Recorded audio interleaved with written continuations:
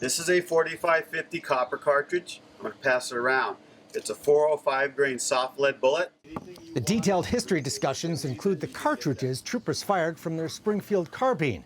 If you left those bullets in a cartridge belt for too long, they developed a green buildup known as verdigris, which would jam your rifle. And since their lives depended on that ammo, few troopers had to be reminded to clean those bullets. The Springfield was a single-shot weapon that troopers learned to load in a hurry by keeping their bullets close at hand. Here's what they did. Load, load, load. 3 extra bullets in your hand. The 4570 was a deadly weapon, far more powerful than the lever-action Winchesters and Henrys the Indians acquired. That is, if you hit what you were aiming at. They were definitely shooting high. And we have a whole bunch of hostile testimony that said, yeah, we were sitting there in the top of our teepee poles, we're getting shot out. I mean, you have to shoot pretty high to do that. But the 7th Cavalry had very little target practice, and many of its troopers were very poor shots, especially in the heat of battle. If you look at the amount of training these guys went into going into the 76 campaign, it was minimal, if any. For Americans back east, the shocking defeat of Custer was the 9/11 of its day, and the U.S. military did its best to learn from what happened. You notice into the 1880s, you start to see a progression of a marksmanship program, and they started to become riflemen.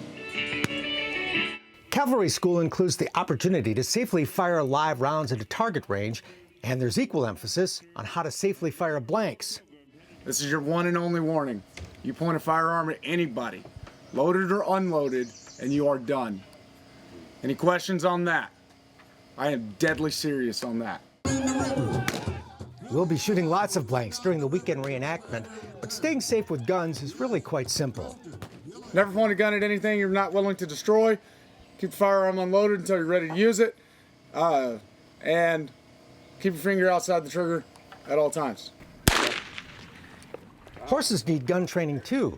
Gunfire can, of course, spook a horse. So we spent an afternoon in the arena with our mounts, teaching them that gunfire tastes good. Okay, you guys ready? Starting on the ground, our officers would fire off a blank, and then we'd give our horse a bite of some tasty grain.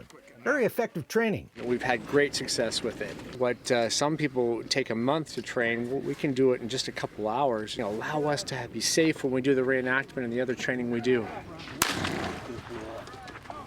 Okay, hold it, we'll feed. By the end of the session, we were back in the saddle again, each taking a turn firing a weapon horseback. All right, you're the new number one. Yep. You're gonna shoot to your right when you're ready, when we're moving. You can take 2 rounds. Forward. March. Nice, Russ. With our 4-legged friends being rewarded after every shot.